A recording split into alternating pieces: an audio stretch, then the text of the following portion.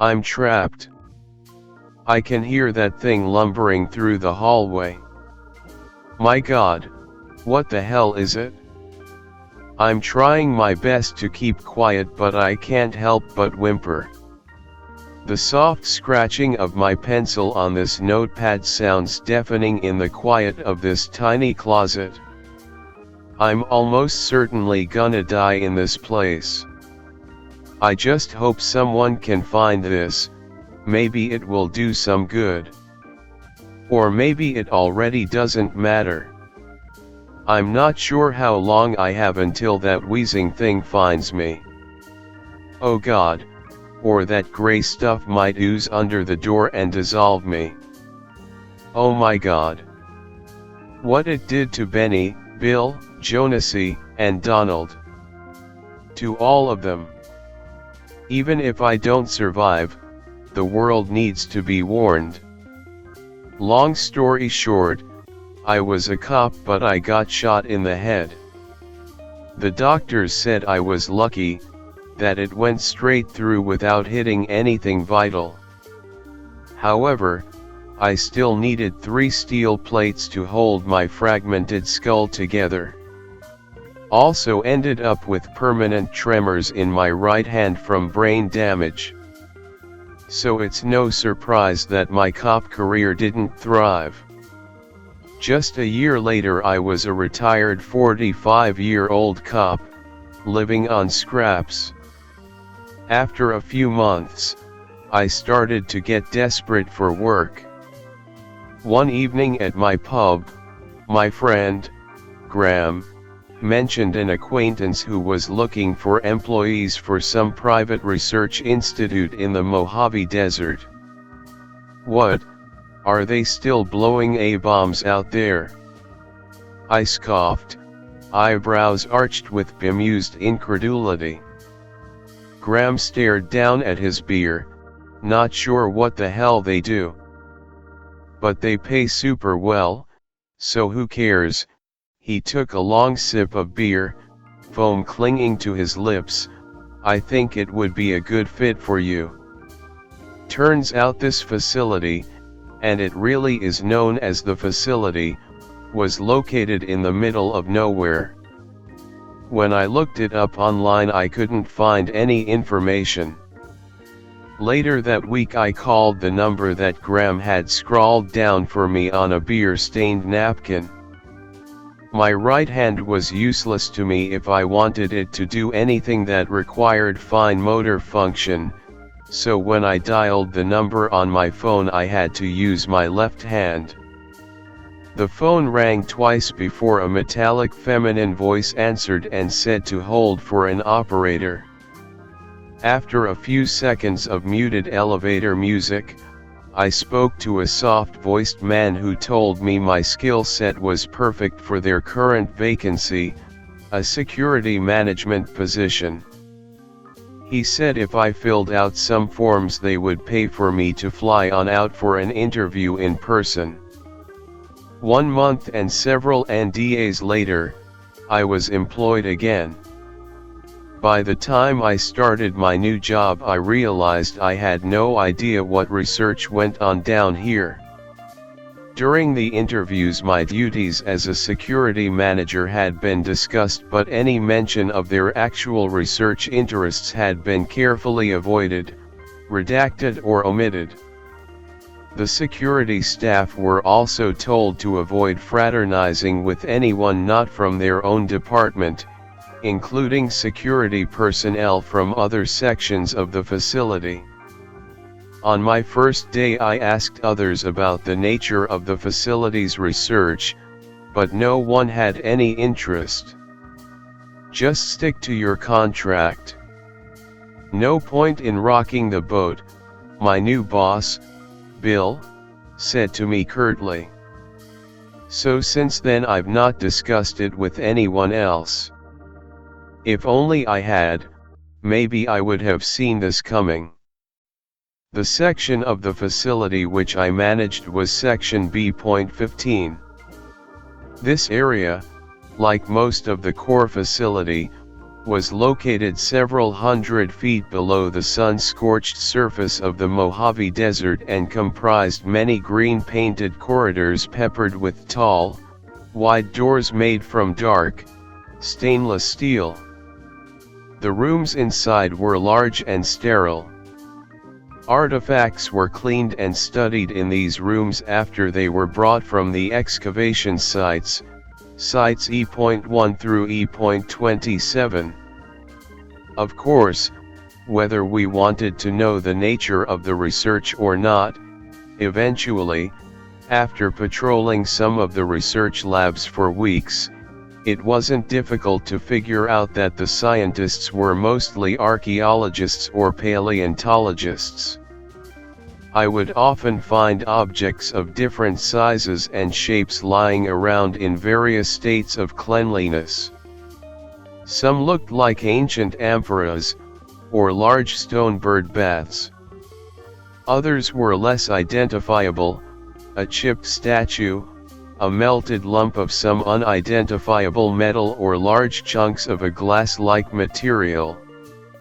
I found this all extremely curious because, as far as I knew, the Mojave Desert didn't have much in the way of ancient architecture. At least of any ancient civilization that I know. As the months went by, I started to get friendly with the other guards, most of them ex-cops too, and we started playing cards and drinking Irish coffee in the evenings. My two main colleagues consisted of a jovial, short man with orange hair named Jonesy and a much older, much grumpier and much balder man, Donald. They were good men and we had a lot of laughs together. My stomach twists when I think about where they are now. Though I grew fonder of my fellow guards, I found myself developing a severe dislike for the white-coated researchers. Most of them were pernicious and arrogant. The only scientist my security buddies and me could stand was a scrawny man named Benny. Our favorite thing about Benny was that he never talked about his work. It was earlier today, at around 1400 H, when all the scientists were running from their rooms. They must have received some message a few minutes before and we watched them from the surveillance monitors as they got all excited and leapt up. Their lab coats flapped and flowed around as they jumped to their feet and made for the main exit. Soon after this, the large red landline phone near my video surveillance desk began to ring. Expecting the call, I picked up the receiver before the first ring finished. "Hey boss, what's all the excitement about?" Bill's voice was uncharacteristically hesitant. "The diggers have found a friggin' huge object out here. The biggest thing they've ever dug up. It's really irregular. They want to bring it to B.15 and I need you to organize the logistics and security." My brow furrowed. I guess it's too big for the main entrance. Maybe we could bring it in via the big doors of the auxiliary hangar. Bill grunted with agreement. "Yeah, we'll have to improvise a bit but should be manageable." "I have no idea what it is." "Well, you'll see for yourself. I'll get some of the boys from B.14 to help you out. And just, well," he paused for a moment, "just be careful." I grunted, my eyebrow arched from surprise. Why was he so afraid? Thanks, appreciate it, see you guys soon." Donald, Jonesy, and I had coffee in the office and called the guards at the hangar doors to arrange clearance. About an hour later we were at the platform near the doors waiting for the cargo to arrive. The massive metal hangar doors had been opened, which was rare. What was more irregular was that nearly every staff member from sections B.11 to B.18 were all gathered together in a silent knot of people. Despite the silence, the air sizzled with anticipation, as well as the searing heat. I stood transfixed from curiosity at the massive doorway, waiting in the shade of the hangar as the relentless sun beat down outside. In the distance I saw a black speck grow larger against the bright blue sky. Slowly it took the form of a helicopter which was carrying a large rectangular-shaped mass below it. Within less than a minute the helicopter made its cacophonous approach toward the hangar and gently lowered the object onto an enormous wooden scaffold. I barked orders and signed forms as the guards rushed about, making sure the other personnel stayed a safe distance away. The air was blaring with the sound of the helicopter blades and sand rocketed into my face, forcing me to splutter. "All right, let's get this thing processed," I yelled over the sound of the helicopter as its engines powered down. My colleagues and I wiped dirt from our faces. Bill emerged swiftly from the chopper and shook my hand. We quickly reviewed the paperwork he gave me and then he made his way back downstairs to his office in section B.1. He was keen to get away for some reason. "All right, it's officially in my care now. Show's over. Get the non-essential personnel out of here immediately and secure the object. I want to get Benny up here to analyze it ASAP." As my colleagues cleared away most of the staff and the excitement died down, I was finally able to take a moment to inspect the object. It had been lowered onto the wooden scaffold fitted with wheels just outside the hangar and had been pushed slowly into the center. The few aircraft in this hangar were all currently under repairs and were non-operational, therefore there was plenty of space. As soon as I saw the sheer size of the object, I knew it would be difficult to transport, but not impossible.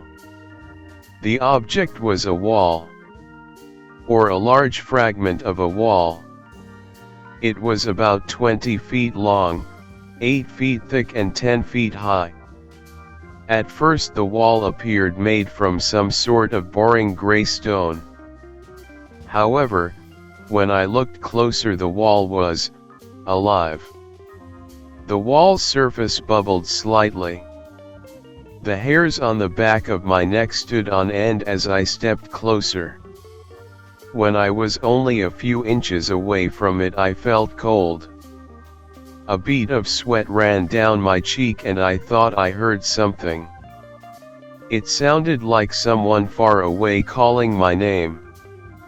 I felt a strange pressure around my head. A sudden invasive thought wormed to life: throw yourself into the wall. I shuddered and held myself back despite the sudden strong desire. I heard the faint voice of Benny and crashed back to reality. My eyes snapped open and I found my nose an inch away from the wall. It radiated cold like an open freezer and it smelled like rotting clay. The surface of the wall simmered ever so slightly. It reminded me of the fizz of some gray effervescent medicine. I paled as I took a large step backward. What is this? I turned to face Benny, who stood with another scientist. He glanced at her briefly before he approached the wall to apply more straps. He was careful to avoid touching the wall with his bare skin. Honestly, we have no idea. I got Donald and Jonasy to help Benny transport the wall down to room 278B via the service elevator. Donald grumbled about how badly the wall smelled, and Jonesy had eyes as large as saucers when he saw it up close. It looked so unreal. Once downstairs, I returned to my office to get some more coffee and file away the paperwork. I tried to put the strangeness of the wall out of my mind, but it had truly unnerved me. I felt so tired, my forehead drenched with cold sweat. I had been working extra shifts lately, but I had never been hit by such exhaustion so rapidly. As I sat at my desk facing the surveillance monitors, I was unable to fight the sleep, forcing my eyes shut. I've had many hangovers in my life, most of them unpleasant, but when I woke up at my desk I'd never felt quite so singularly awful. My clothes were soaked with sweat and my whole body felt exhausted. My arms felt like molasses as I attempted to move.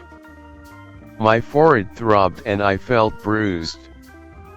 I also felt a pressure squeezing my head from all sides.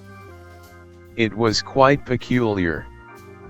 I sat back in my seat and rubbed my eyes. Then I froze. A hand was lying motionless on the floor just behind the table in the center of the office. I leapt to my feet and rushed forward. I gasped from horror as I saw Donald lying on the floor, his chest sliced to ribbons. Gallons of crimson red stained his blue uniform and his eyes stared up empty and terrified. Pallid and shaking, I went to my office landline to call for backup immediately. As the receiver met my ear, my stomach dropped into my feet. The line was dead. The sole means of communication within the core facility is done through landlines. The landlines are monitored at all times and any interruption results in an immediate response from security. We had many protocols and fail-safes to ensure communication remained enabled, but the line was dead and there was no sign of any response. In fact, how long had I been asleep? What was happening? I rushed back to the monitors. I hadn't noticed it before, but I couldn't see anyone. The cameras were all operating normally, but not a single person could be seen. The corridors were just as green and bare as most late evenings. I looked at the clock. It was only 18:17 I had slept for about 2.5 hours. Where were the janitors? My heart was hammering in my chest and I couldn't catch my breath. Meanwhile, my head was throbbing and my eyes were burning. Suddenly I heard an indistinct whisper. Goose flesh bloomed all over my back and arms. I'd heard this voice before. I'd heard this voice from the wall. I turned to the monitors and searched for the wall. It had been brought back to the surface, the hangar. It sat upon the bare ground right by the massive doors. However, the doors were all sealed. The wall itself looked different. It was enormous. Almost 3 times longer and taller and wider. Just then, I realized that the titanium blast doors had been sealed as well. My heart rate doubled as I noticed large dents, scorch marks, and scratches all over the doors. Someone had tried to break them down. The hangar floor was covered in blood and ash as well as abandoned weapons. My God, I even saw a rocket launcher lying blackened and fractured near the doors. What the hell had happened? I spun my head to look at the security control panel on the wall to my left. My heart, already blaring, felt like it leapt out of my mouth. My eyes grew wide as I realized someone, probably Donald, had activated a quarantine procedure. This meant that the entire facility would be sealed airtight. The only way to open any doors now was from the outside. My God! Why had he done this? Where was everyone? Did he try to wake me? Did I really sleep through all this? I looked back at Donald, my heart still hammering from seeing his dead eyes stare into mine. I sighed sadly and glanced at the clock on the wall. It was currently 18:31 h. I returned to the monitors and began to rewind the security footage. Surveying the screens, I watched my past self enter the security office at around 1600 h. By 1610 h I had passed out on my chair, drool dangling from my mouth. Okay, so let's see where the wall was at that time. Should be room 278B. I thought to myself aloud as I clicked on the button that would display the footage from that room as well as the surrounding corridors. The screen was black as the footage loaded and I was about to hit the play button but hesitated. Did I really want to see this? I closed my eyes and took a few slow breaths. I can't figure my way out of here if I don't know what's going on. I have to know. I hit play. The camera was located opposite the door, giving a full view of the room. At first everything seemed normal. Benny and some other scientists had transported the wall into room 278B. It was 16:23 h when they were taking the straps off the wall. A loud popping sound was heard and the researchers spun around. The lights in the room dimmed and flickered. Suddenly something long and slimy exploded from the wall, curled around Benny, and pulled him in. He screamed in terror as he vanished, his cries immediately silenced. My jaw dropped open and a small yell escaped me. Without realizing it, I was instantly on my feet, shaking my head in pure denial. My heart burst. What the hell was that? What the hell? What the hell? My head was full of static. I felt tears in my eyes as I watched guards and researchers rush into the room. The wall shimmered, its simmering surface began to boil and bubble, and it grew 3 feet higher. I saw it reshape itself so that intricately carved figures appeared on the wall's edge. I leaned in closer and gasped. One of those figures looked just like Benny, his mouth stretched open wide into a permanent scream. I didn't want to continue watching, but I had to.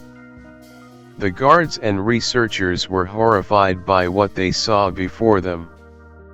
Suddenly, without warning, their body postures relaxed, their eyes grew glassy, and their arms fell slack at their sides.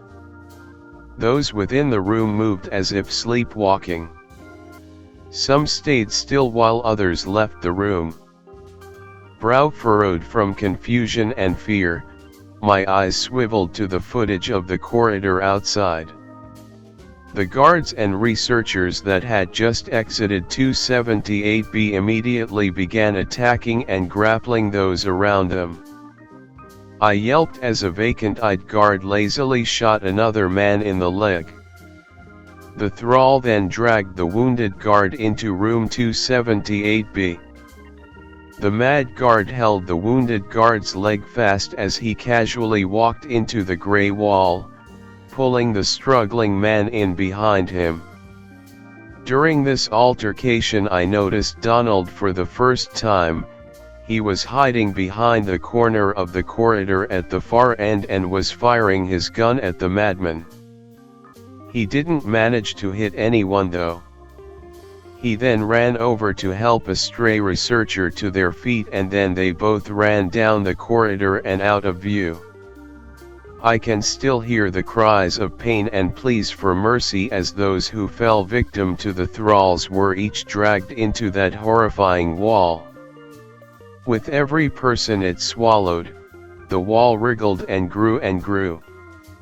More and more ghastly decorations began to bloom on its surface, all of them made from the bones or likenesses of those who had been absorbed.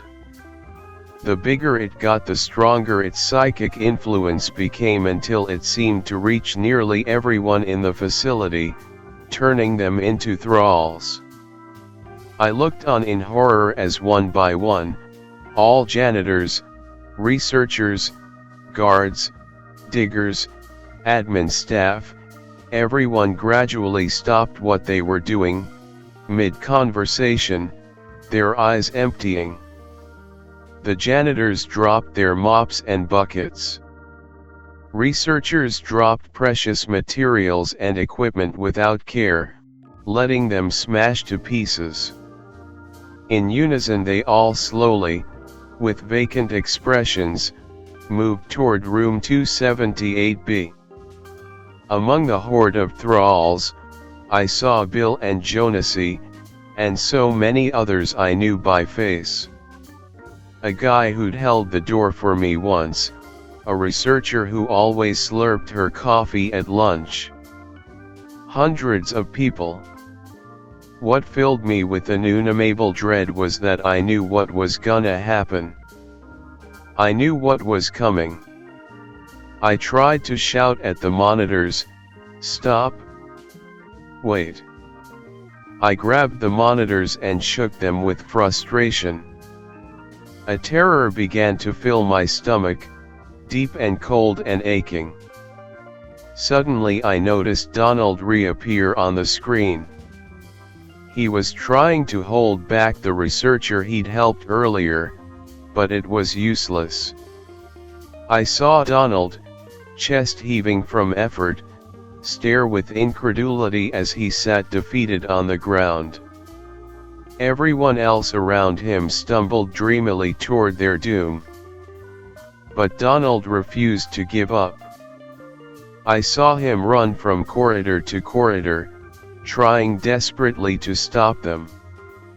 He threw chairs and tables in their way, but they simply pushed them aside or jumped over them. I saw him run toward this office. I saw him enter, saw myself slumped on my chair still completely unconscious. I saw Donald try to shake me awake. He slapped me a few times and was yelling in frustration. He gave up with me eventually and ran over to activate the quarantine lockdown. I saw him tear down the hall back toward room 278B, pistol in hand. My best guess was that he saw what was happening in room 278B and decided he was gonna stop it. However, as soon as he got close to the door, a long pale tendril burst through the door directly into Donald's chest. The tentacle had a hooked end and it slashed at him. I saw blood spurt out of him, saw him stumble and fall from the ground in fright. However, he still managed to get a hold of his gun and fired multiple shots at the tendril. It writhed and flailed. Donald took the opportunity to climb to his feet. He grimaced and clasped his chest as crimson leaked to the floor. He moved back down the corridor, much more slowly than before. Eventually he got back to the office. He locked the door and then collapsed. I cried out in frustration. That whole time I was completely useless.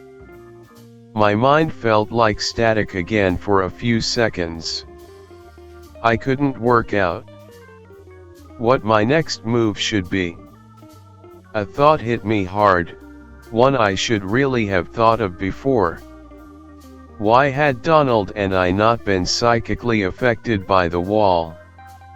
Everyone had been enslaved, everyone had been forced to walk into that wall. Why not Donald? And me? I knew it must be connected to my horrendous sleepiness. My eyes grew wide with sudden realization. Shit, the steel plates in my head. Donald had a single steel plate in his skull because of a rock climbing accident he had in his 20s. When I got close to the wall, had it sensed my resistance? Had it tried to incapacitate me? If so, it means this thing possesses sentience. While I pondered this, I noticed some thralls restrap the wall in room 278B. They transported it to the elevator and back up to the hangar. Once there, the thralls moved the wall off the scaffold onto the floor and began to beat heavily on the large metal doors with bare fists. Some even shot at the doors with their handguns. The ricochets killed a few of them, but not one single person seemed to even notice. Some of the guards even used a rocket launcher. I yelled with shock as they fired at deadly close range, lazily blowing themselves up, leaving the doors scorched.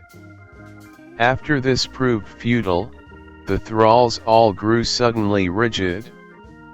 Next, they all formed a line in front of the wall, and one shambling step after another, all the remaining employees were assimilated. Even the dead and wounded were not spared. Those still alive carried the corpses of their fellow thralls into the wall.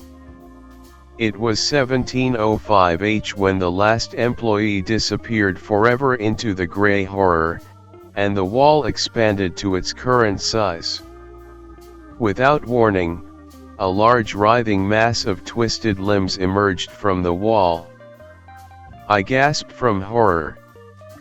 I couldn't tell exactly what it was because the lighting in the hangar wasn't good enough, but it definitely wasn't human. Its silhouette was about 7 feet tall and thin and stretched. It had too many legs and it didn't seem to have a head. This thing lumbered over to the doors and began to strike them with a strength and ferocity one would only find in a starving polar bear. I could tell that the doors were taking strain, and they began to bend, but even then, they would not yield. After about half an hour of smashing the door, the creature stopped and slowly shambled toward the stairs. My heart froze. It was coming here. Or was it here already? My eyes swiveled back to the main monitor and I was surprised to see Donald still alive. He was scratched and bleeding badly as he shakily pushed himself from the floor. He then looked up at the ammunitions cupboard and began to search through his keys. I saw him curse. He couldn't find the key with his trembling, bloodied fingers. In the next instant his eyes bulged and he heaved as if vomiting. His body doubled over and long grey tendrils oozed from his mouth and wriggled furiously. He grabbed his throat and fell forward onto the floor. Frozen in horror, I watched as his body squirmed and he wriggled as if his intestines were filled with snakes. I continued to watch, absolutely transfixed, as 3 long grey tendrils emerged again from between Donald's lips. Slowly they wriggled free of his mouth. They were about half a foot long, dull grey, and thin like spaghetti. I watched as they slithered toward my unconscious form on the monitor. I bit my lip and stood up. Slowly my brain put 2 and 2 together. Bile rose in my throat. I yelled at myself to wake up and see the worms. Just then my stomach dropped and I could feel an itchiness in my belly. I could feel the wriggling itch of 1,000 gray eels in my gut. Or was I imagining it? My stomach writhed and I was about to puke when I saw myself awake and stretch in my chair. The worms somehow realized I was awake and they moved out of view towards the before I could watch the screen any longer. I heard a hiss and something slimy and long wrapped itself around my throat so tight I couldn't breathe. I gasped with surprise and strained my neck to look at the monitor that showed the room in real time.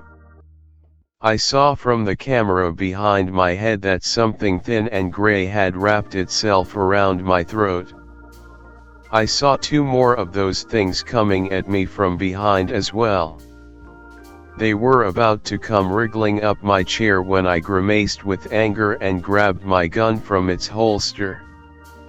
The thing around my neck was hissing and making awful clicking and guttural noises. Its small worm head had a mouth that bit and it latched onto my neck to suck my blood. I pulled at the leech and pressed my gun up against it. I pulled the trigger. With an ear-splitting bang and a sound like a water balloon popping, the leech was reduced to sticky goo. I pulled the remnants of the leech off my neck and spun around just in time to shoot and kill the others. I grinned with a mad joy and yelled with relief. Immediately, a wave of nausea and exhaustion hit me and I fell back onto my chair. What the hell was that? What the hell do I do now? I sat still for a moment and tried not to lose my mind completely.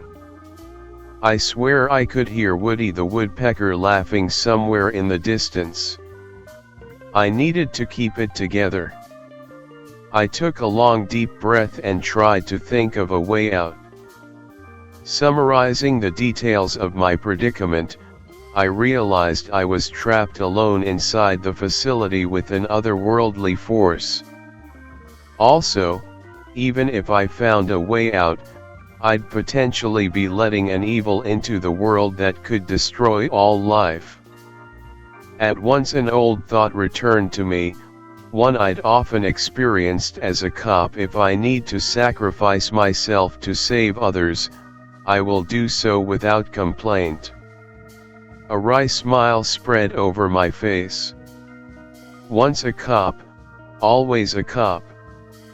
My smile vanished as I continued to think. But my God, if this thing gets out, if it gets into the minds of other people, if it gets larger and larger, could it swallow the world? The solar system? What other monstrosities would it unleash? I was talking aloud now. The sound of my voice gave a new reality to my situation that made me shudder. I turned back to the monitor. It seems I was all caught up with what had happened. I stared blankly into the screen while I watched my past self continue to wake and wince from pain. I switched the monitor off and saw my reflection in the blackness of the screen. I was pale and my eyes were wide and unblinking. What do I do now? I turned in my chair to look at Donald's body. Were all those worms gone? Could some still be hiding? And what should be done with his body? Probably best to have it burned. Poor Donald, he didn't deserve this, I muttered softly as I examined his corpse, making sure there were no unexplained twitches beneath his skin. My eyes moved from his body up to the ammunitions cupboard just above. Wait, why was he trying to get into the cupboard earlier? We don't have much. My eyes grew large with realization. Holy crap, he was trying to get the bomb. Me and Donald were gonna use a leftover bomb from the excavation site to blow some random shit up. I sighed sadly and heavily. We never got around to it. I stood up quickly and walked up to the cupboard. I pulled out my keys and quickly found the key I'd need. I opened the cupboard with little effort and found the 10 kilos of plastic explosive inside. It had already been set up with a 60-second timer and a remote detonator by a colleague. I sat at the table with the explosive, a vague plan forming in my broken mind. Maybe if I somehow get this wall thing to eat this bomb then. Before I could formulate my thoughts fully, the lights flickered, and the entire facility was plunged into darkness unceremoniously. My nerves were burning with fear. What had happened? Had that thing knocked the power out somehow? The next few seconds that passed were some of the longest I'd ever experienced. However, dim green light bloomed to life and the reserve power kicked in. Then I heard slow, shuffling footsteps in the corridor just outside the office. I froze once again, my insides turning to mush. My mind raced. Had I remembered to lock the door? My stomach leapt into my feet as I heard the shuffling get louder and louder. I heard hoarse, wheezing breaths, as if the thing struggled to breathe. I jumped from fright but remained absolutely silent as whatever the thing was banged on the door with a deafening blow. Bang. The door shook and bent slightly. Bang. Silence for a moment. Bang. Bang. Again silence. My heart was hammering in my ears and I sat deathly still. I could hear that thing breathing louder. After a few moments I heard it shuffle away. My entire body was shaking as relief washed over me. Whatever the thing was, it had walked away and I could no longer hear it. I turned to look at the monitors. Dare I turn them on and check what it was? After a few seconds of consideration, holding my breath, I turned to the monitors and switched them on. I waited in nervous anticipation as the screens flickered to life, showing me that all the corridors between me and the wall were currently empty. I didn't bother checking the corridor I suspected the shambling thing was in. I didn't want to see it unless I needed to. I'd had just about all the stress and terror I could take, and by this stage I felt weirdly calm. It must be shock. A thin sigh escaped me as I stood. The fear in my blood began to feed a furnace of anger in my heart. I thought about all those who I had lost. I felt my expression turn to granite. It's time to kill this thing. I opened the door slowly, my fully loaded gun in my good hand. Spare ammo along with the explosive and a shotgun was stashed in my backpack, and the remote detonator was tied to my belt. I held a heavy-duty flashlight in my shaky right hand. I moved cautiously through the dark green corridors. I'd never thought of how creepy this place could be until this moment. Goose flesh crept up my arms and neck as I continued. All I could hear were my soft footfalls and shallow, anxious breaths. I cleared the corridors one by one until I made it to the stairs that would lead me to the thing that looks like a wall. I walked up the stairs slowly, my ears honing in on any sound. That's when I heard it. I heard the soft sound of crying. Someone was crying. I stopped dead in my tracks. My entire body shook from the adrenaline surging through me. I took one step, then another. Slowly, I climbed. Once my head could peek over the top, I froze. Jonesy was squatting on his knees, naked. He was between the wall and me, with his back facing me. The terrifying thing loomed enormous before us. It was now framed intricately with the skeletons of hundreds of people, all twisted and screaming in agony. Writhing, tortured souls fused together. Then came the sound of crying and moaning from the wall. I could hear them all. They were all screaming. Screaming for me to help them.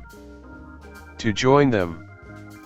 I felt that pressure squeeze against my skull tighter and tighter. I shook my head in defiance. No. You bastard. No. I will not join you. You're not Jonesy. All at once the moans and wails stopped. I suddenly found myself at the top of the stairs without knowing when I'd finished climbing them. But we are Jonesy, came a voice that was not human. It was a voice made from all those it had swallowed up. It was as though something had made a distorted copy of the voices of all those people and then just used them all at once to speak. It didn't understand the concept of individuality. All of a sudden, the wall rippled and gray tendrils squirmed from the flesh of the wall, curling around Jonesy as they teased his face and slowly pulled him in. As he disappeared, there was a horrendous sucking, squelching noise. We are Jonesy. We are all. We can be all. We will be all.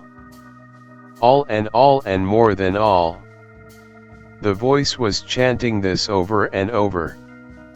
Louder and louder.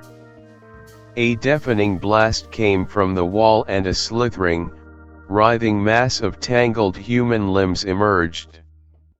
It had 4 legs and several arms.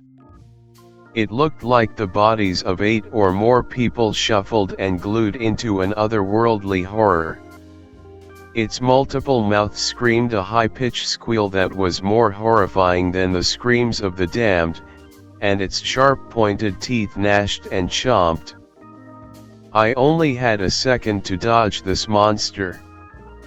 I leapt to the side and fired multiple shots at the thing's center of mass. Its horrifying body of fused torsos wriggled and bled black ichor. It screamed with pain and jumped at me, grabbing my leg. It tossed me into the air and I almost lost my gun as I slammed into the floor a few feet away.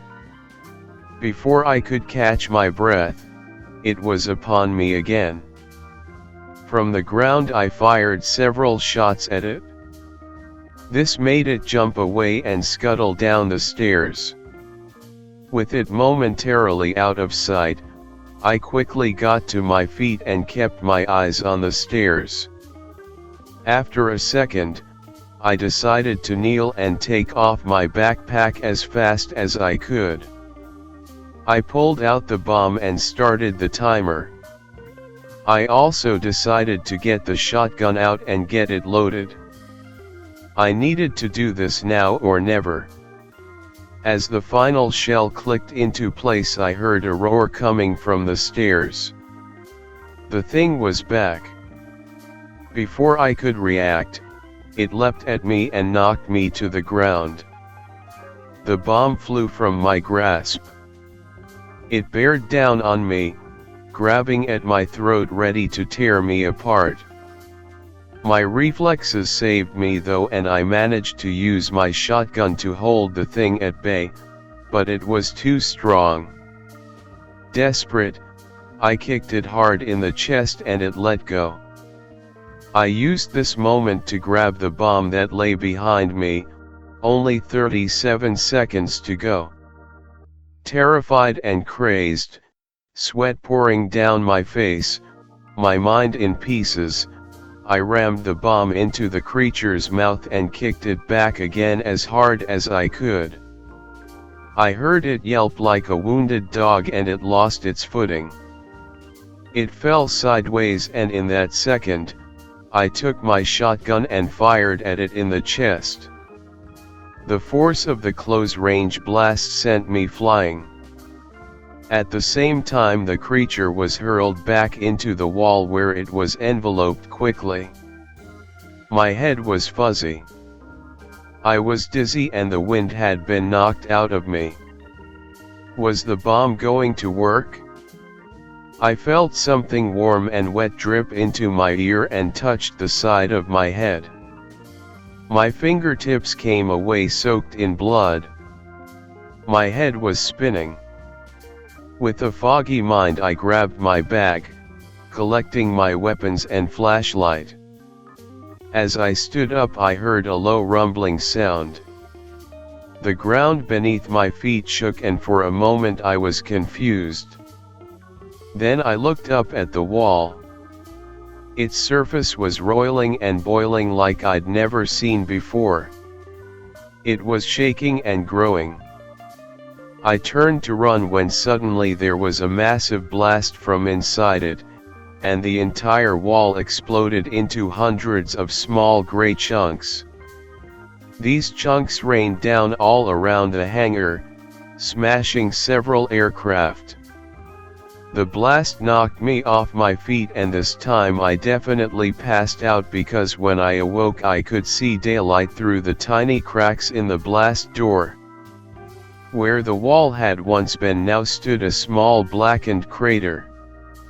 I turned around to inspect the wall pieces and found that my eyes grew wide and my mouth opened.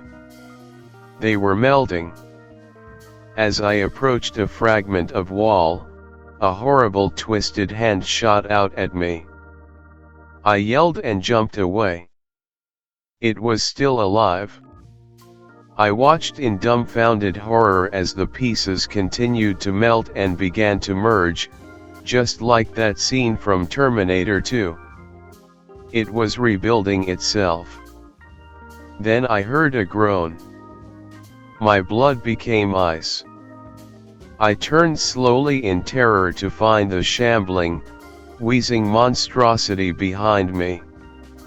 Like the creature I'd shot, this one seemed made from bits and pieces of human limbs knitted together randomly.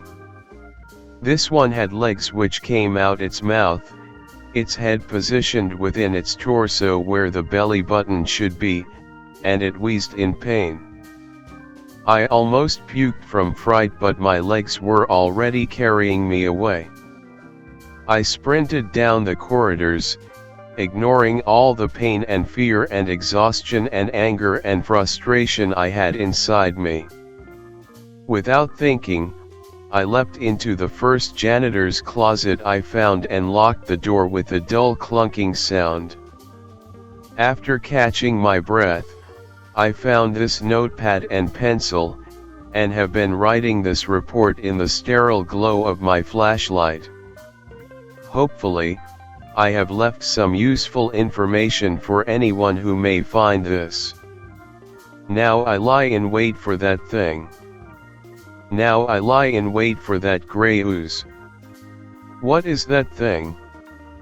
Is it truly indestructible? If it can survive a bomb like that, what hope do we have? It's no wall at all. It's a membrane. An interface. Somewhere very different is pressing up against us. It has torn a small hole, and was now prying it open further. I should blow up this whole damn place. I should burn it. But would it matter? Or would it just be buried, to be rediscovered? I think even if I survive this, nothing can help us. So here I wait, hoping to be saved, but even as I write this I can hear that thing walking past the door. With a soft click I turn off my flashlight. I try not to breathe. I can hear the snuffling, it's right outside. I can smell its ugly breath. Oh God. I hear the jingling of keys. The door is unlocking. How? How? Oh God. The doorknob is turning.